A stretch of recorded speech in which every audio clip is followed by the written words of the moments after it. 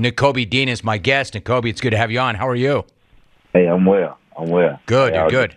I'm doing great here. So let me ask you, you haven't been there that long. You're just a rookie, but what's it been like living and working in the city of Philadelphia, especially this year? Oh yeah, it's been different. It's definitely been different. It starts off with me coming from the South and living in the South my whole life. Now I have to move up north, and living in the city.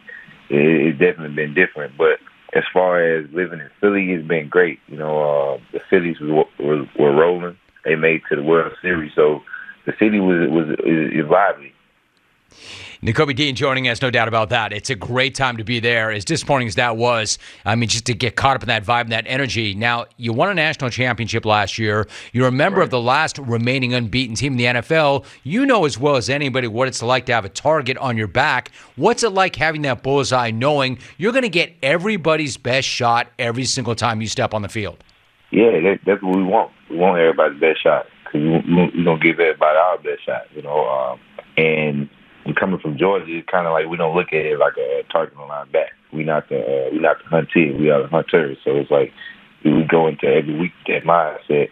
Like we going for everybody. They not coming for us.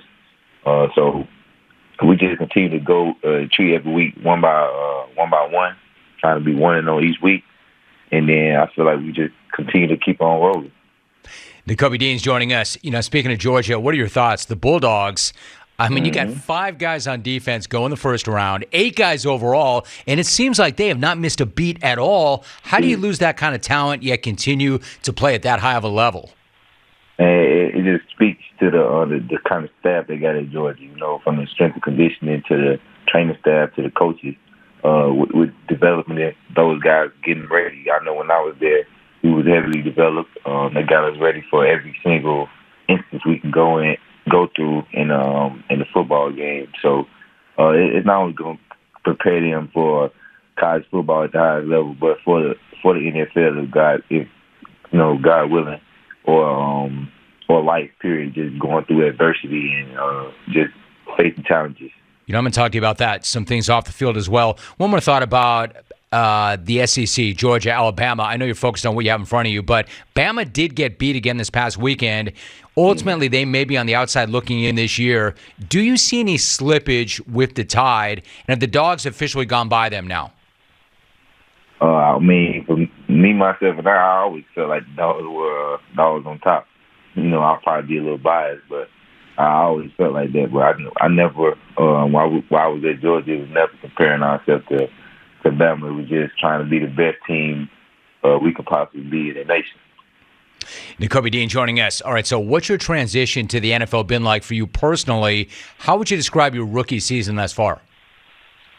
Transition's been smooth, relatively. As far as learning, I'm learning a lot on the field, a lot off the field. I feel like one of the biggest things that I really didn't know about, that I kind of knew about, but really didn't know the real effect was like taxes when you getting paid. And then that kind of, threw me for a loop. So just little things like that. I'm continuing to mature and learning how to just be an adult and live on my own. Dude, that's really interesting what you just said. So would you say it's kind of more challenging, the learning curve and everything else? Is it more challenging off the field or on the field? It's definitely off the field for me, so to speak. On the field, football is football. The best thing you can do in football is get reps, get the experience, get on the field. But, as far as learning, I stayed on campus all 3 years, so it wasn't like I had to pay rent every month. So I had to pay rent. I'm actually getting like a steady paycheck, things like that. So I feel like my biggest transition has been off the field things, let alone on the field. Nakobe Dean's joining us. It's really interesting. Your parents, and they both had a military background. Your father was a doctor. They would tell you growing up, your mind is going to take you further than your feet. Right, I love that. So how did they feel about it when you were an athlete, when you were young? And back then, when you were young, what did you ultimately think you would do when you grew up? Well, growing up, it was my mother always kind of pushed education. My whole family pushed education. I've never had any collegiate athletes in my family, so it was like education. Then kind of like I got to high school and I got my first offer, and it was like, wait, they'll pay for your school, free free scholarship, so it's like when that happened, it's kind of like, okay, it's still education, but it wasn't until I got to like probably 10th grade where it was like, okay, I can really take this far.